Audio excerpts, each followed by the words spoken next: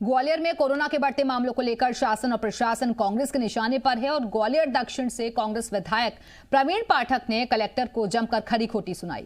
प्रवीण पाठक ने आरोप लगाया कि प्राइवेट नर्सिंग होम संचालक मनमानी पर उतारू हैं और मरीजों को नर्सिंग होम से बाहर निकाल रहे हैं। प्रवीण पाठक ने कांग्रेस विधायकों की सिफारिश पर मरीजों की भर्ती नहीं होने पर भी नाराजगी जाहिर की। साथ ही प्रशासन की तरफ से आयोजित बैठकों में कांग्रेस विधायकों को नहीं बुलाने का भी आरोप लगाया। कलेक्टर पर अपना गुस्सा जाहिर करते हुए कांग्रेस विधायक प्रवीण पाठक यहां तक कह गए कि कंट्रोल कमांड सेंटर और कलेक्ट्रेट पर चाहे जो बीजेपी का झंडा लगा लें, लेकिन इस शहर को कोरोना के कहर से बचा लें। एक पेशेंट एडमिट नहीं करा पाया भैया, एक पेशेंट कराया राम सिया करके एडमिट नहीं हो पा रहा। अरे बहुत बुरा हाल है, क्या बोलेंगे? मोबाइल बंद कर लेंगे। अच्छा, हम कल दिन सीधी भर बात है भाई, पब्लिक ने क्यों चुना इनको? हम कि चलो उनके समय आने पे उनके लिए खड़े हो जाए। आप लोगों ने जिन लोगों को बिठाला इतनी बदतमीजी कर रहे हैं, कुछ नहीं कर रहे। अभी हम आज ये बोल रहे हैं तो आप मुझे बता दो कि एक तो ये कैसे रुके कि जो पेशेंटों को ये प्राइवेट नर्सिंग होम वाले भगा रहे हैं, इसका ये कैसे? और अभी रात में कहीं भी किसी भी आप बुरा मत मानिए, क्या पूरे शहर में जितने भी नर्सिंग होम वाले हैं वो सब बीजेपी के ही हैं? आपको बैठक करानी थी, कांग्रेस के लोगों को भी बुला लेते, विधायकों को। हो सकता है इनके भी 3-4 पर्चे होते, हमारे भी। एक तरफा चल रहा है बहुत। हमने करो ना, हमें कोई परेशानी नहीं है, पर शहर को सफर मत करो। शहर की हालत क्या होगी? हम तो कह रहे हैं यहाँ भी बीजेपी का झंडा लगा दो, कलेक्ट्रेट में भी लगा दो, कोई परेशानी नहीं, पर शहर को क्यों सफर करने दे रहे? एक पेशेंट।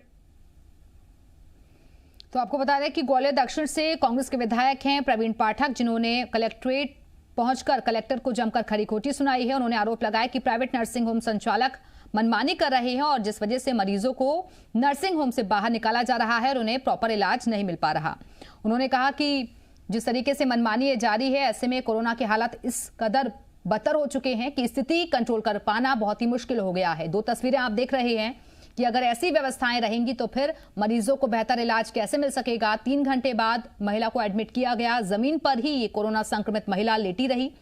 और दूसरी तस्वीर आप देख रहे हैं कि विधायक भी किस तरीके से कलेक्टर के सामने अपना दर्द बयां कर रहे हैं। उन्होंने कहा कि अगर जनप्रतिनिधि होने के नाते मेरी भी जिम्मेदारी हो जाती है कि जनता की मदद की जाए, लेकिन मैं असमर्थ खुद को महसूस कर रहा हूं क्योंकि प्रॉपर इलाज मरीजों को नहीं मिल पा रहा है। उन्होंने कहा कि बैठकों से दूर रखा जा रहा है और चाहे आप कहीं पर भी बीजेपी के झंडे लगा लीजिए, हमें उससे कोई फर्क नहीं पड़ता, लेकिन कम से कम कोरोना की जो स्थिति प्रदेश में बनी हुई है उसे कंट्रोल किया जाए।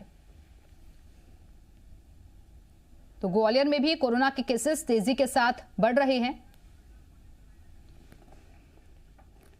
और चलिए इस वक्त सीधे रुख करेंगे अपने सहयोगी का। ग्वालियर से शैलेंद्र हमारे साथ जुड़ चुके हैं। शैलेंद्र, ग्वालियर में किस कदर स्थिति बद से बदतर हो चुकी है? 2 तस्वीरें निकलकर सामने आई हैं। पहली तो ये कि एक कोरोना संक्रमित बुजुर्ग महिला जिसका ऑक्सीजन लेवल बहुत कम था, लेकिन उसे वक्त पर इलाज नहीं मिला और 3 घंटे तक वो जमीन पर ऐसे ही तड़पती रही। उसके बाद प्रेशर में आकर उसे अस्पताल में एडमिट किया गया। और दूसरी तस्वीर एक हम और अपने दर्शकों तक पहुंचा रहे हैं कि जो कांग्रेस विधायक हैं वो नाराजगी जाहिर कर रहे हैं। देखिए, बिल्कुल दिव्या, जिस तरीके से हालात पूरे मध्य प्रदेश के बने हुए हैं उससे ग्वालियर भी अछूता नहीं है।